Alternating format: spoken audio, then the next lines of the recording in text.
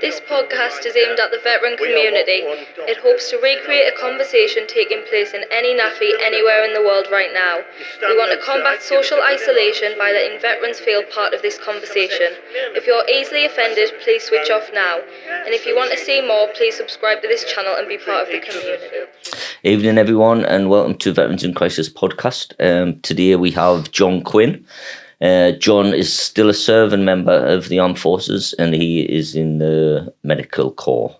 Evening, John. Evening, Joe. All right. Thanks for having me. I know you've watched a few of these, so you know what's happening, didn't you? Roughly, yeah. You'll get a few surprises. It's we'll start off with your childhood. I know you're born and bred in Sunderland, so do you want to talk a little bit about that? Yeah, well, I was brought up in the army, Pad's brat, so I was dragged all over Northern Ireland, Belgium, Germany. Came back to Sunderland when I was about 7 or 8. Went to Silksworth Primary School, then New Silksworth Primary School. Then we went back to Ireland to meet with my dad again. From Ireland, went across to Germany and Belgium. Then came back to Sunderland, and I went to Thornhill for my last couple of years. Spoke differently, just like I do now. So it was all... I remember standing up, first day in the new school, tutors there going, "Oh, right, John, stand up, tell the class a bit about yourself." So, yeah, Dad's in the army, I've lived in Germany for 7 years, blah, blah, blah, sit down. And the next thing, like, Nazi, from behind us. And I'd never had a fight before in my life, but walking out of that classroom, going down the flight of stairs, there was a thump on the back of my head, and me and this boy just tumbled down the stairs, going at each other, and I thought, right, yeah, welcome back to Sunderland, you know. Bastards, can I let the World War II leave it? Can I? Can't even leave it. Kids in Silksworth. well, that was it, you know, that was, I couldn't wait to get away. I knew I was always going to join the army. It was a big family tradition of mine. My granddads were in the army, artillery, paras, dad, Royal Engineers.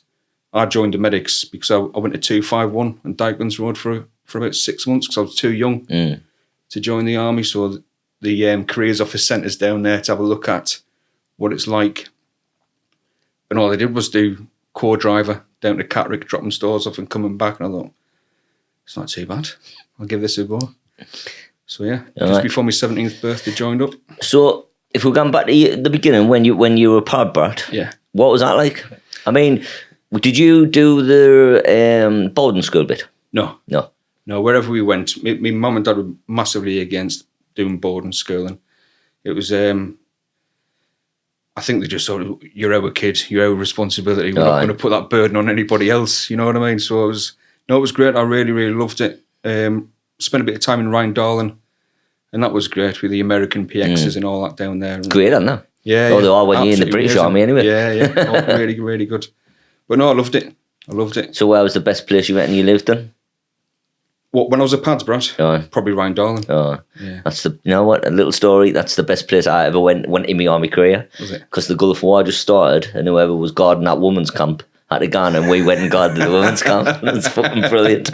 Tell you what was... Is that the one with the hospital on it? It had like discos 3 times a week, and you did something like an 8-hour shift in 3 days. Well, obviously, infantry, you work all the time, but this was just, it was brilliant. I was too Best young. time in my life. I was too young to take any advantage of that. It was really good. So, 17, joined the army? Yeah, just before my 17th, joined up, went down to Lichfield, did my basic training, then on to Keogh Barracks. Is that where all the medics gone, Lichfield? Yeah, that's where we went. I'm pretty sure we still go there now. And then it was only 12-week basic training then. I think it's a year now that the boys and girls do, and finished that, couple of weeks leave, I think it was, then down to Keogh Barracks to do me. Where's that? Trade training, down by Aldershot. All right. Camberley, yeah. And trade training, what was your trade then? CMT, Combat Med Tech. Right. So we did Class 3 medic. Then you went off to your first unit after 6 weeks training there. I did that Class 3 medic when I was in the I did actually. Quite liked it. It's all right. It was learning a bit like. So I was there. Was that team medic or something? When that's right. We were in Ireland, team medic. Fucking hell, man. When I think, all right, leaving me in charge of the bandages is not a good idea, like, to be honest. So, where was your first posting then? 16 Armoured Field Ambulance down in Tidworth. What was that like? Good? Great. Young boy. I was skint after every peer weekend. Same for everyone. Do you know what I mean? It was. I was a handful, mind. I was always in front of the RSM every Monday morning. fighting and just get myself into trouble all the time. Part of growing up, don't it? I think so. It is. I think it is. I think that's a part of the course when you're young and you're in the army and you drink far too much anyway, didn't you? Well, I was drinking far too much. Yeah. And like the sort of the theme of everyone that's on here, all drank too much. Yeah. But it's a thing in the army, isn't it? The thing is, it was a hard-working unit. Do you know what I mean? So Monday to Friday, when you're going away and exercise, it was on Salisbury Plain, normally November, December time, where the ground's rock hard. And half the time, you're digging shell scrapes and you think, I'm supposed to be a medic. Do you know what I mean? And you're just getting all your infantry skills. Chucked at you. It's horrible in there. It's horrible digging that. It's like chalk, wasn't it? Yeah. But it was still good. Andover, out on the drink with your mates, getting chased by loads of kids who didn't like squaddies and getting barred from nearly every pub and nightclub. Because if you're like 3 lads or your squaddies, you're not allowed in. It's changed all that now, you know what I mean? But back then you were lucky at getting anywhere if you had short hair, like a squaddie. I'll be honest, like, as soon as I left training, it would have been 87. I tried to grow my hair long because it was like the rave scene was starting, Yeah. So I'd like, as long as it was cut round here, I'd put gel on it so it would stay down. But I used to try my thing. Well, when I first joined up, I had a little ponytail. Oh God, not like only fools and horses. It was like a little like a rat's tail hanging off at the back. It was all in then, apparently. When was this? But you see it on the movies all the time now. Basic training, you sat in the barber's chair. He said, right, what would you like? Oh, it's just short back and sides. It was that. And then the barber just with a zero. Straight off. Loads of lads crying their eyes out. Big mop top's all gone and everything. And yeah, character building. Kind of kept it from there. Character building, yeah, I think so. It is. So, you said you come from a big military family. Yeah. That's the opposite to me. Nobody ever been in the military at all in my family because they were miners. So when the war was on and stuff, they had to stay in the mines. So did you want to, because you said the way in everything else, but you didn't say the medic. So did you want to just be something different? No. When I went down to the careers office, you put down your 3 choices. My first choice was parachute regiment. Second choice was Royal Engineers. And my third was combat medical technician because it sounded good and because I'd been with them down on Dykelands Road for a couple of months. And it was the time frame for getting in. So I think the paras, they were telling us that, I don't know whether it was just the careers office guff now, trying to, fill quotas and stuff, but it was something like 1.5 years to get in the paras, 1 year for the engineers and 6 weeks to get into the medics. Is that right? I love that. Definitely needed to fill that place, didn't I? Yeah, and I tried to transfer to the engineers when I was going through my first bit of trade training.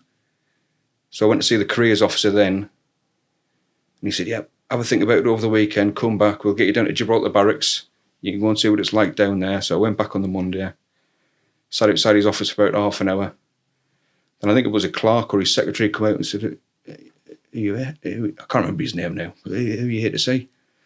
So I told him, he's gone on leave, he's not back for 2 weeks. And at the end of that week was when we were given our postings. Do you know what I mean? Exactly, So I think I kind of, made my bed, lie in it, see what it's like, and I just stuck with it. And I've enjoyed it. It's been really good. Well, we, because I did my training, it was nearly a year, and I think it was 6 months, it was a cut-off. On that cut-off, we went skiing in Italy, surprisingly enough. So nobody wanted to get out, you know what I mean? Stick in it for the next 3 years for that week. Yeah. So, Tidworth, any good? If you can drive, it's great. Or if you're a young boy constantly under drink, you're not too bothered about your driving, are you? But there's not much there.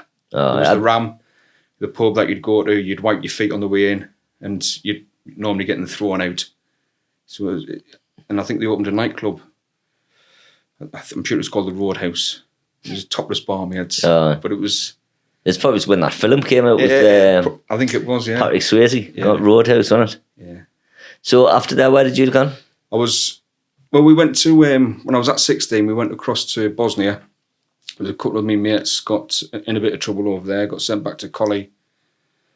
I think I got in with a bit of a bad crowd.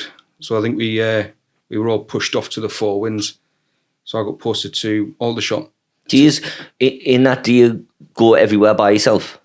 Yeah. Not obviously infantry regiment. Everyone guns together. Yeah, well, normally with the medics, it's 2 or 3 year postings, and you move around to different units, and you're not just stuck with medical units as well. You get attached to teeth arm units, but it's only for 2 or 3 years. Then you move on again.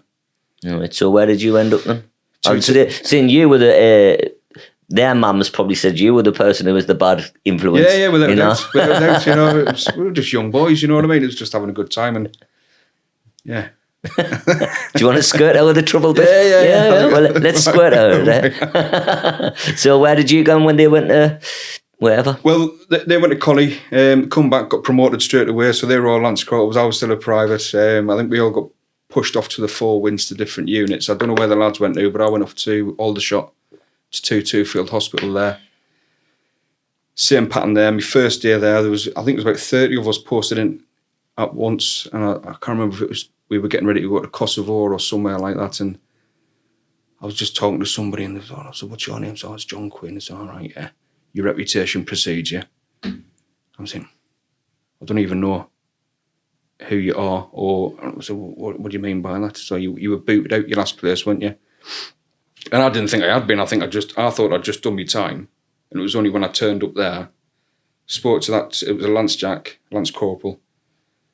He said that to us. Then the following day, I was in with the RSM, and I knew him from my time at 251. He says, "Right, I'm not having you causing trouble here.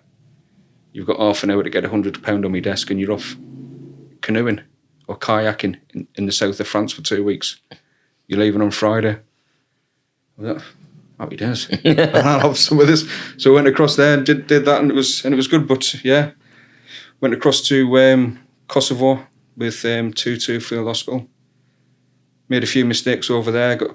Got told by the new RSM that I was the worst NCO that you'd ever come across. I was never ever going to get promoted. I was like, that's fair enough. He was wrong. He was wrong. Exactly. Very wrong. Isn't it great? But again, when my time came to winning at 2-2, I got removed from that unit and sent to another unit. And I was pulled in front of the CO, which doesn't normally happen when you're a private or a Lance Corporal. You know, but he was like, if I had my way, you'd be going to Colchester. You wouldn't be getting posted out. I'm off to Glasgow when I'm done here. You're never going to get promoted in my time in the army. I was like, okay, no worries, sir. I'm off to... back then it was a punishment posting. 2 Field Hospitals on a bounce. It was seen as a bit of a punishment posting. So I was off to 3-4 Field Hospitals. So right, no worries, sir. I'm off to 3-4 as a Lance Corporal. But we'll have to see what happens. And where was that at? York. Put York. Just fucking hell. Yeah. More pubs. So the theme just continued on. But this time I had my wife in tow with us then. Aye. And Kelly was the massive influence in my life to turn things around and knuckle things down. So I think we're talking about 5.5 years into my career before I even got my Lance Corporal. Now, I think you average a year and a half, and people are getting promoted. Getting made up. Yeah. It's great though, isn't it? That you've done so well after somebody saying that to you, man. I think so. It is. I'm chuffed with it. You know, whenever I was asked, well, where do you want to do? What do you want to do? Where do you see yourself in the army? I always said, I want to be an RSM. I want to be WO1. But back then, I was too young to think all these years are ticking away. You've only got a certain time frame to do it. Do you know what I mean? Whereas you see the older lads, because I was the youngest going through basic training. So I was sharing a room, like a 15-man room with 23, 24, 27-year-old blokes. And I was just a young boy. And when I look back now, even thinking about basic, I was just arsing about all the time. I was just a young kid. You're just a kid, man, aren't you? Yeah. You know, in a man's world, I've said this before on here, like, so when I joined, I was 16, and the training schools might have only been 23 or 24, but that's a massive difference. Yeah. Someone who's been in the army, done loads of things, you know, been in Ireland, things like that, and you're 16, and like you said, just fucking around. You know, I didn't know it's serious, is it? And you see your full screws as gods, didn't you? Right. When you take through your training, you follow that onto your units, whatever. Yeah. You never saw your senior NCOs. You never saw your sergeants and above anywhere. No. Unless you were in trouble. It was always your screws out there. So did you use that as a kind of motivation People telling you that you weren't getting promoted. I think so. It's a I think great so. motivator. I tell you a little story. Before I started Vicks, I worked for a charity that's based in Gateshead, and my manager in Sunderland, right, we had a bit of a falling out because I wasn't happy what was happening with the money for veterans, what I got, and she said to me that I wouldn't get any further in Sunderland while she ran Sunderland. Unfortunately for her, I think she totally misread the situation. Yeah. And I've done quite well in the last 2 years. So cheers for that, love. Well, yeah, you can use it. You can turn it, can't you? I use it, mate, every day. Every time I'm knackered, that rings in me brain, you know. You can go one or two ways. You can take it in, take it to heart, or you can turn around and go, "You've got me all wrong here." That's it, mate. That's Isn't it. it? It's just, you know, I use it every time I'm knackered, and I think to myself, I'm not getting beaten, like, no chance. No chance. So, a massive smile on my face next to me 5 awards. I know. Hey, that's amazing, that, isn't it? It is, mate. It is. I laugh every time I think about it. So, where were we now then? We're up in York. In York, aye. Been married to Kelly for a year. So I get to York. Where do we go from there? I think it was... Spent a couple of years in York, working in the QM's department. You know, because as a medic, your primary role is as a medic, but you tend to be a jack of all trades. You're using the MT to drive vehicles, in the stores to issue kit. I was punted off into the stores. Learned how to count blankets and issue out trousers and all that kind of stuff. And from there, I think I spent about 2.5 years in York. And then I was sent to Cyprus. Fucking, honestly, I must be the only person who's ever been posted to Cyprus.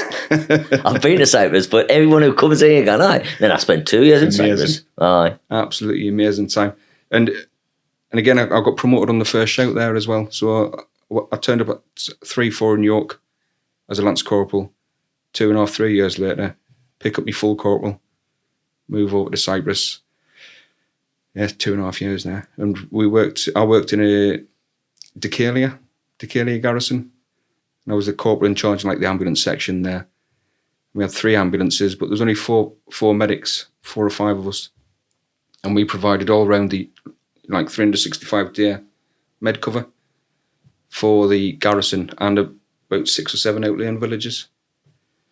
So that was that was interesting. What was you drinking like there? Because every single person says, "Oh, brandy get cheap."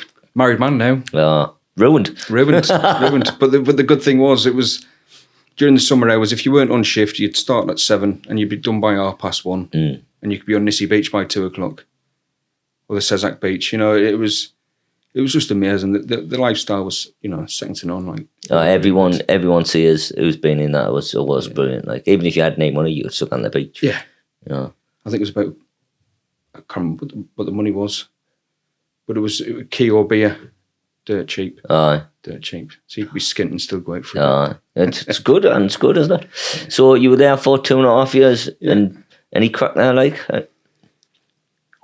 Just getting down to work now, weren't you? Yeah. Just trying to knuckle down. And there was one occasion we had I think it was a summer function or a Christmas function it was, with the medical centre. We went down to one of the hotels and we had a Christmas function on the beach, which was a new experience. And after that, we went across into Larnaca Strip, and there's a place called Cozzy's there. Amazing place. The owner's called Cozzy, but the outside of it's built like it's got castle turrets and all that kind of stuff. And there's about 6 or 7 couples there, and it was absolutely heaving, absolutely jam-packed. And one of the lads gets up from the table we were sat at to go to the bar to get the drinks in. And then while he's up there, this local lad jumps in his seat and starts trying to chat up with his missus. And she's like pushing him away. I said, "What are you doing?" He said, what are you talking about? I said, "That's my mate's wife. Jog on." He's like, "I'll kill you with one punch." Yeah. All right, okay, man. Just disappear before he gets back. And the next thing, he chucks his table over. All the women, I don't know where the women went, they just disappeared, but it just seemed to be all the blokes back to back, and just a massive fight just erupted out of nothing. And then we've got the local police coming in with their batons, making a bit of a pathway for us to get out of the bar. But I've heard loads of trouble happens over there, you know, the Russian mafia and all that kind of stuff kicking in. It wasn't nothing like that. It was just a bit of aggro. What year was that then? That'll have been, when did I go? That'll have been around about 2002. Oh, when it's the early 90s, I think, when them Green Jackets killed that last one. Wasn't it? I think so, yeah. I think they were still across there when we were in the prison. So I think when I went to visit a mate there who was posted, I think it was 97, and they were still banned from what's the main place? Ainappa. The people were still banned from there because of it. Well, when we were there, they were still banned. It was, I think it was known as the square. You just weren't allowed in the square.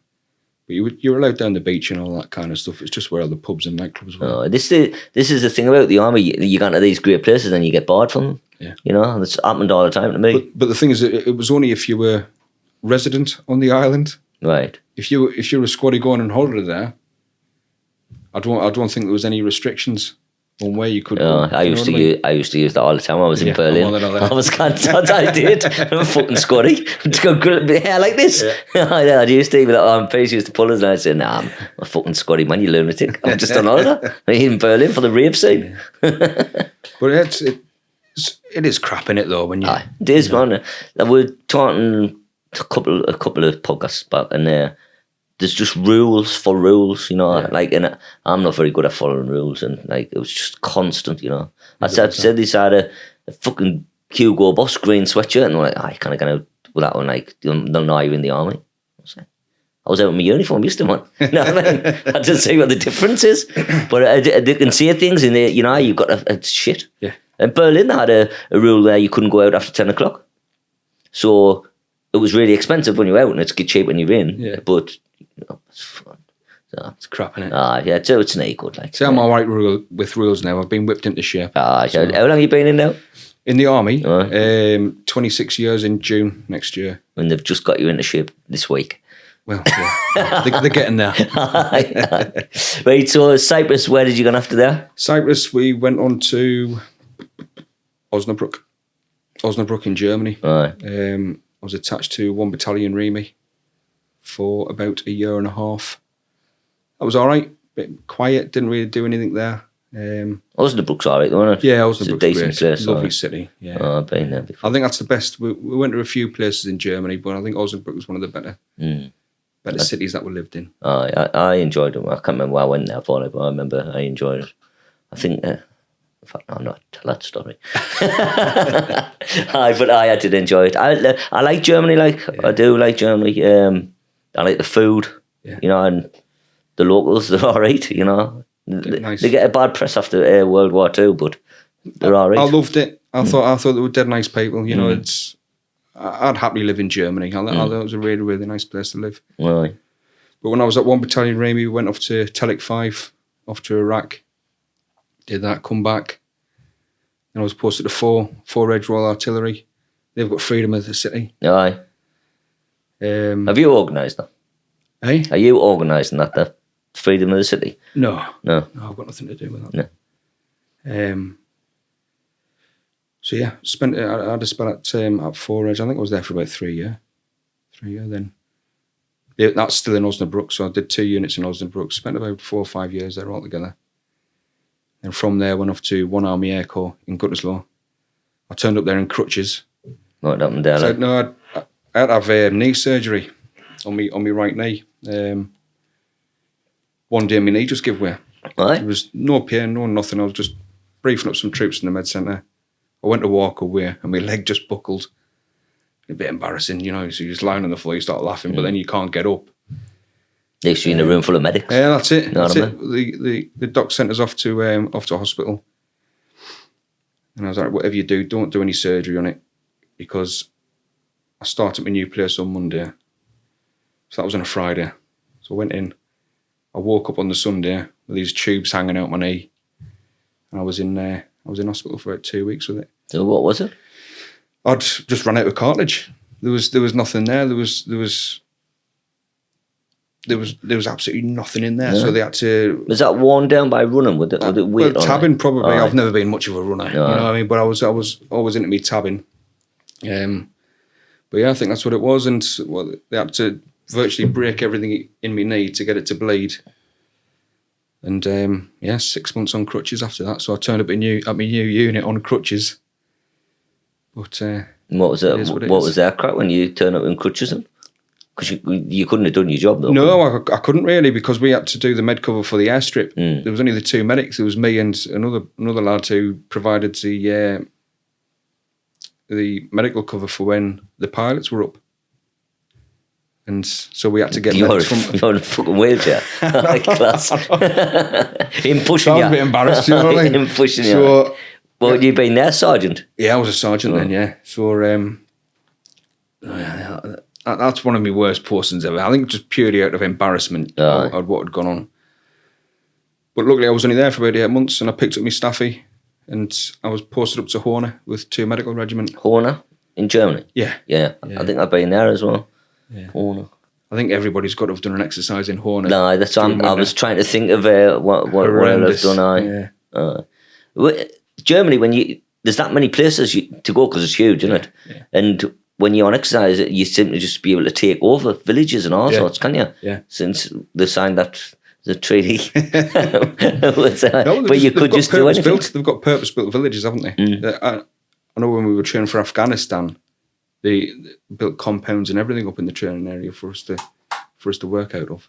Well, I remember one time I went on exercise. I think it was with Three-Ally, and we took over this little village.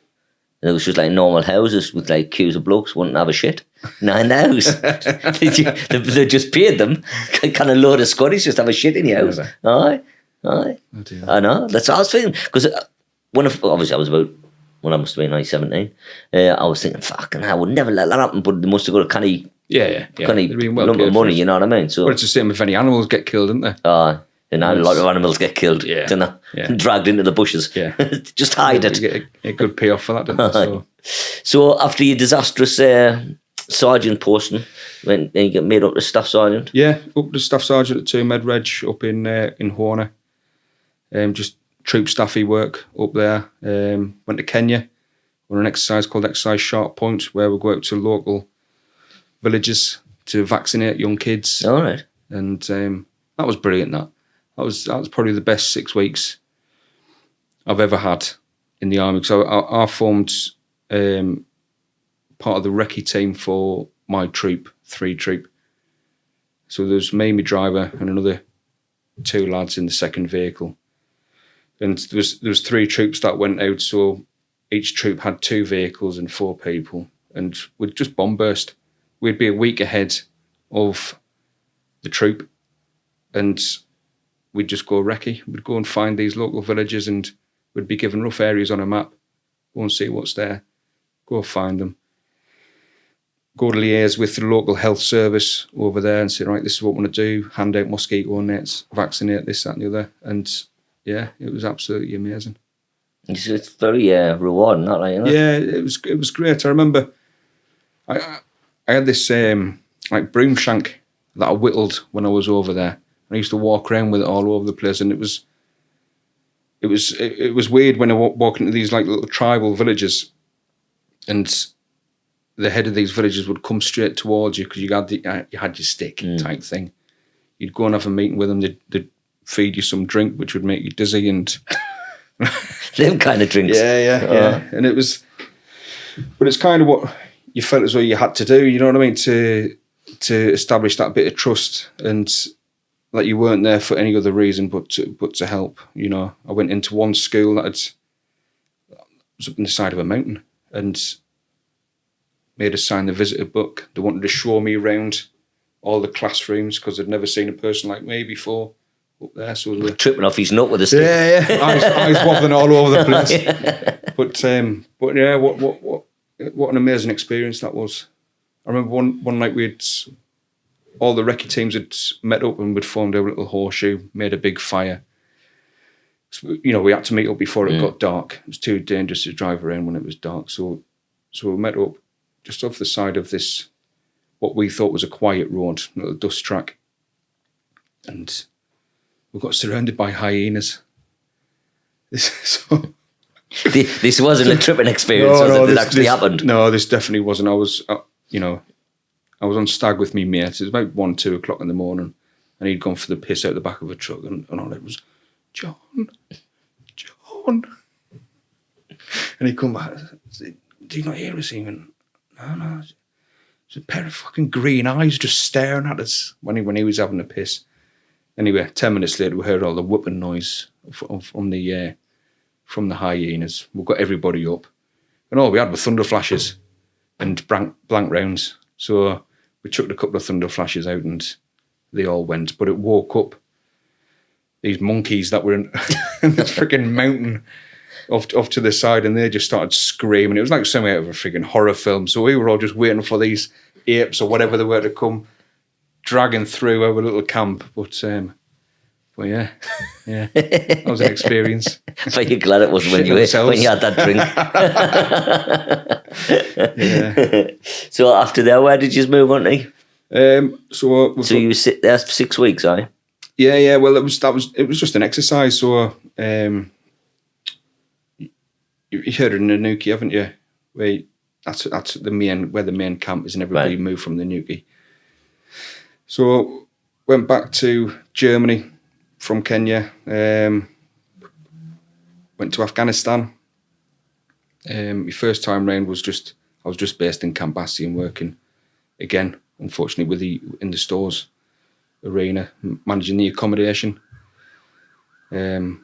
That was like a small city, wasn't it? Yeah, it was massive. It was massive. I'm sure I've read or seen somewhere that it was something like the size of Milton Keynes or something like that. But I don't know how true it is. But no, it's rough. No, it's rough. But yeah, I went over there for 3 months. Come back, and then it was just your normal unit stuff, going and exercise and enjoying Germany. We bought a camper van when we were over there. Oh, what kind? Just a big 5-berth. Oh, it wasn't like a V-dub or nothing like that. I've got a V-dub. Have you? I have. That's what I'm asking. I thought it might have been. Oh, it's great. But it was just one of the, Swift camper van it was. So we got around the place in that, and then went back to Afghanistan in 2013. It was quite a long build-up training towards that.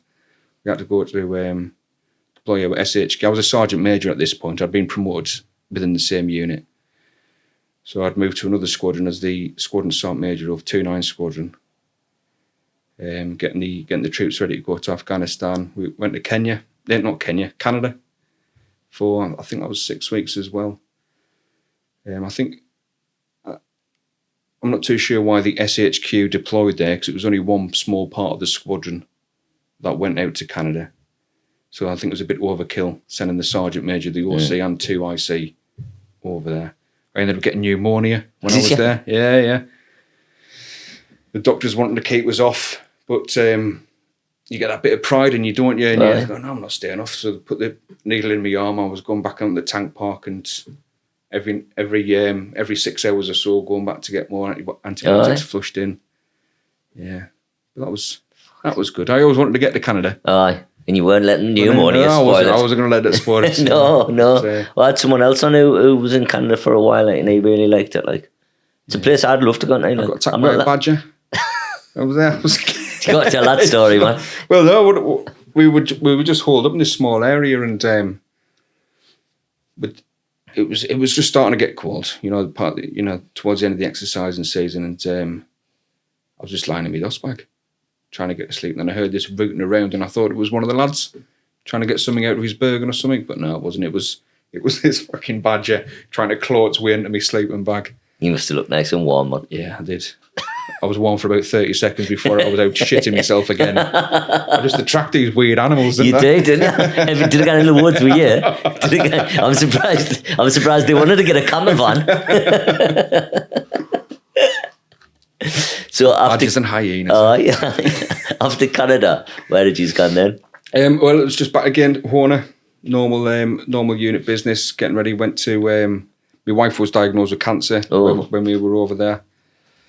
That was in March. We were on Rangers down at Senelager when that happened. Just got a phone call. Kelly's been admitted to hospital. It was the welfare department had phoned us. And they were quite clear saying, right, she said we weren't to tell you, but she's gone to the hospital and the nurses think it's something quite serious. So I just said to me OC, listen, Kelly's gone in the hospital. He's like, get yourself away. So I went up. I was there for 2 days. And then they said, yeah, you've got tumours in your kidneys and all that kind of stuff. But she was like, right, yeah, okay, no worries. Let's get it squared away. So she had a kidney taken out. But I'll never forgive myself. 4 months later, I'd still deployed to Afghanistan. Do you know what I mean? And I don't know why. Even to this day, job, mate. That's, I know. That's the long and short. But I'll sit back and go, do you know what? We had kids at home. Mm. Mrs. had just been diagnosed with this. And I'm going to blame her a little bit as well, you know, because she was the one, you need to go. But, so I went out in September. I think it was 2 days before her birthday as well. God, you're getting more and more of a bastard here, mate. Tell you, you came in here, I thought you were great. Show me true colours now. Oh, I know. So, her birthday's on the 23rd. Around about the 20th of September, I flew out to Bastion. And then November, I had to fly back because the cancer had come back. And yeah, then we ended up getting a compassionate posting back to the UK that February because her wife, her dad had come down with like a brain tumour and all sorts of stuff, and he was given 6 months to live. And yeah, so we went through a bit of a bad patch, but the army were amazing. You know, it was the biggest thing in my mind was obviously my wife. But in the back of your mind, you're also thinking, well, what's going to go on here, what's going to go on there, type thing. And that sounds horrible, but with work. But they went, don't worry about it. Get yourself back to the UK so your missus can be with her dad and all that kind of stuff, and we'll sort everything else out. And it was really good. So is she okay now? Yeah. All spot on. Oh, that's something. I'm just asking today. I've unfortunately been to a funeral of my mate's son who was 14, died of cancer. Jesus. Fucking 14, same age as my daughter. Devastating, isn't it? It's terrible, absolutely. And he had sort of the all clear, and then so many weeks later he'd come back. So, you know, it's heartbreaking. Never been to a kid's funeral before. Hopefully, touch wood, I'll never go to another one. It's horrible. But it's fucking disgusting. I know. Anyway, so you're back in the UK? Yeah. What year we're up to now? Where are we? 2014, February 2014. Back in the UK. Back at 3-4 Field Hospital. And in the welfare department, got all this stuff going on. And I was the only real posting for me that quick and near the north was in York with this specific role as the welfare officer, warrant officer. And I remember speaking to Glasgow and they're going, your profile doesn't really fit with the job. If you can wait another 6 months, we might be able to look at something in Catterick for you. And I'm like, well, we haven't really got 6 months to wait. We don't know how long her dad's going to last for. So bit the bullet, went back to York, did the welfare officer's job there, did that for about a year, went on to be the RQMS, didn't pick up my W01, which I thought I was going to get it on the first shout. But I'd not done my education. There's all different steps to getting promoted now. One of it's getting your education right, which is the right thing to do. But with everything that had been going on with Kelly and all that kind of stuff, I just let it all slide, you know. Other things took priority. So I didn't pick up on my W01 promotion that year. The following year, I'd done my education, but just didn't get the report. So I was actually down on Deep Cut, you know, the RLC college down there, doing a health and safety course. Because I was thinking, I'm just going to edge out here. I'm just going to leave. So I thought, right, let's look at this health and safety, see if I can get my head around it and see if it's something I want to step into. And it's not. Most definitely isn't an arena for me. Like, yeah. But when I was on that course, I got a phone call from the QM saying, oh, congratulations, you've picked up. So got my W01 off Sweeperboard wanker. But it worked, you know. I got my W01 and got posted up to Newcastle. That's where you've been ever since? Yeah, that's where I've been since 2016, yeah. Nice. So for the people at home, how we met was you put on the first ever military ball in the Northeast, didn't you? That's right. Do you want to describe what what it's all about. The idea for that came roughly a year ago today. I was invited to a ball, but... As if by magic. I know, eh? Couldn't have timed it better.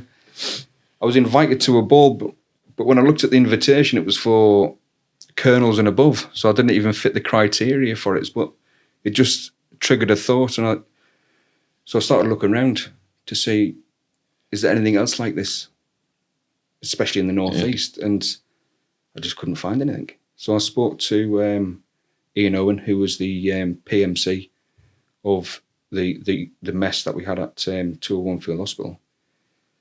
And I said, what do you reckon? Do you think this is something we could put together? So we thought about it, and then in January we got back together and went, yeah, let's give it a go. Let's have a bash. And the idea behind it was just to put on a black tie event. You know, there's a lot of people who leave the military, and I think that the common denominator with most people, it's the social side of stuff, but not just the going down the pub and having a drink. It's the being able to dress up, put your dicky bow on, wear your medals, go to an event, talk to people with, you know, similar experiences, like-minded, and just almost fall straight back into the mess environment if they were part of that. And just hopefully have a good night. It's open to everybody. There is no rank restriction. It's all three services: Navy, Army, RAF, privates, all the way up to however high you want to go. Yeah, it was a massive success, and all, wasn't it? Yeah. Unbelievably, success, you know, it was quite hard to get the word out, because we tried the papers, we tried the radios, and I think because there's not a lot going on with the military at the minute, you know, there's not a lot hitting the papers. It was almost a bit like a backstory. It was all word of mouth, bit of social media, emails. So we had 260 odd at the first ball, and it was when we were there that we kind of decided we need to make this an annual event, because we had people travel from all over, from Norfolk, Birmingham, Manchester.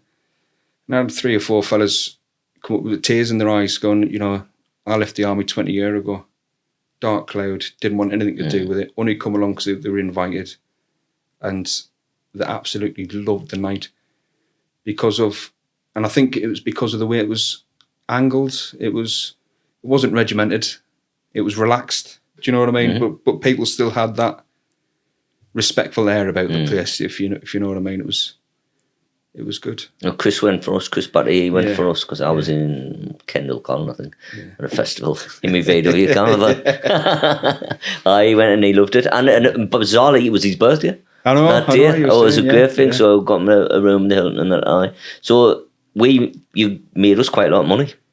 I can't remember off the top of my head exactly how much, because you've just given us a little bit more, haven't you?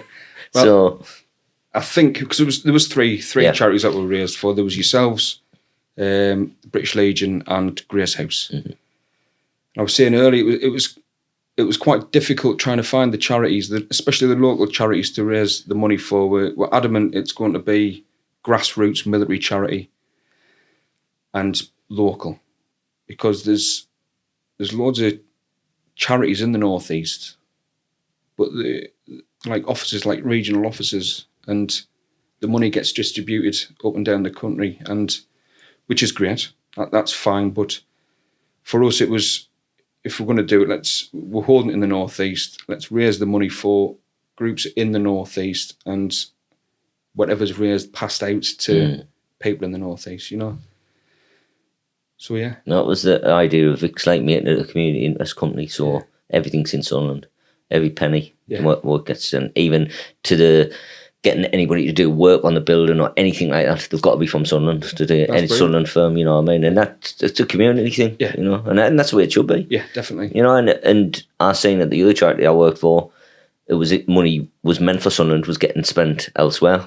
You know, and that's basically where my fallout came. Like. And that shouldn't happen. It shouldn't, no. Because the people who were passing that money on, thinking it's going to be spent somewhere, and it's going to get spent somewhere else, and that's wrong. That and what doesn't help is when you get these news articles coming out about the big charities, all the millions that are being sat on, and the reason behind them keeping all of that millions, operational costs and all that kind of stuff.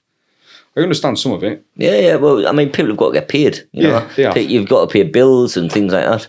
How we do it here is we've got 2 bank accounts, so the money, say what you raise for us went into this one, that we can just give away. Yeah. And anybody who raises money, or we get donations, it gets given away. So £10 given, £10 given away. Yeah. And I think that's the way it should be. Yeah, totally. Because the man in the street goes to work and he thinks, right, I'm going to give a tenner to charity. He doesn't expect 99 pence to go to the client, you know? Yeah. Doesn't expect that at all. But we don't, with the ball and that, we don't get involved in it. No. That's nothing to do with us whatsoever. It's just like, there you go. Aye. Big check presentation on the night. Well, like I see, I mean, we really appreciate it, you know, really appreciate it. Someone that is like as new and as small starting off, it was a massive, massive help to us, like, absolutely massive, like. Well, we were told with it being at the Hilton and with other fundraisers, you know, I didn't realise there was professional fundraisers out there. You know, it's all brand new to me, this. Yeah. And speaking to them, they were all saying, you'd be very lucky to break even.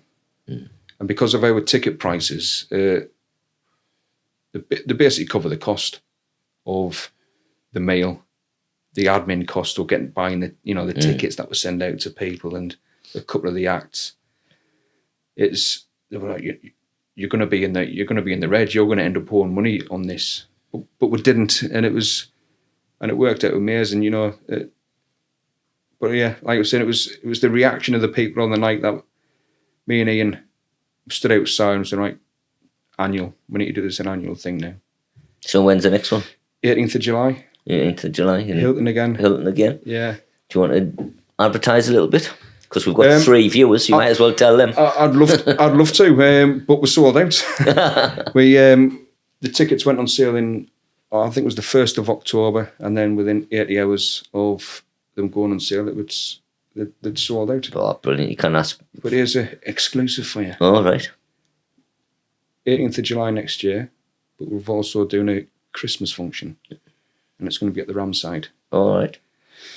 Next and year. I've put myself on the spot here because I can't remember the date. So that exclusive is your memory shite. Yeah. I think it's around about the 26th of November. I thought you were going to say Christmas. No, 26th of December. Right. No, but we're going to. The tickets for that aren't going to be available till after the summer function. Aye. You know, I love the fact that we've got loads of repeat people coming back to next year's. Some do. But I want to try and keep it open and fair for anybody to be able to come over. Is there a bigger sort of take there? Is it the more people can get in at the Ramside? No, it's less. Less, yeah. So the maximum we can go to at the Hilton's 410. But that would be too much. I don't want it to be like people like tin sardines. No. You know, I want a bit of breathing space. So we sold it at 300. But there's going to be like 300 plus with a couple of guests coming.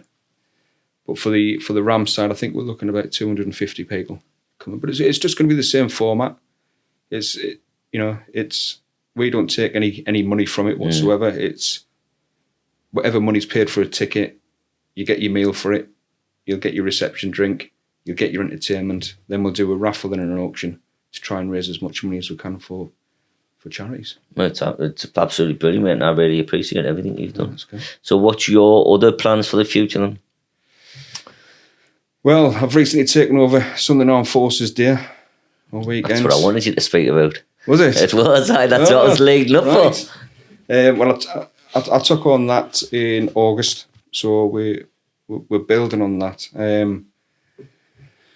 We're going to keep the same format as the previous years, because I wasn't here the previous years to see what it was like. But the Friday night's going to be the flag raising.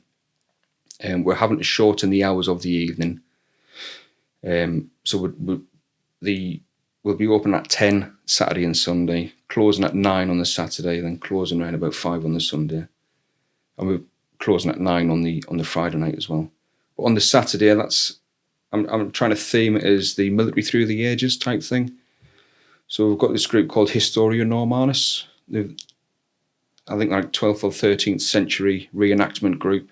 They're going to come along, pitch a load of tents up, and do big battle scenes for us. And well, I'm hoping it's going to be big battle scenes and all that kind Just of stuff. two blokes having a fight. I know. But then we've got some local regiments coming along. 251 are coming along. Spoke to the artillery and the rifles. Hopefully they'll be joining us as well. And they'll be able to put something on in the afternoon for us. But yeah. That's another thing I miss because I'm at the Stone Valley Festival, it's called. I see him every year, mate. I miss the air show as well because I go to the same as Kendall Corner. Right. But I mean, Vic's will, if the volunteers want to do something. Yeah, that'd be amazing. Get them down and do some stuff. Right, mate, thanks very much for coming in. Hasn't been too painful. Sweating. It's red hot. I don't know, it's because it's boiling in here. No, it's red hot in here, like red hot. Somebody left the heating on. Music group. Right, mate, thank you very much. Thanks for having me. All right, cheers, man. Thank you.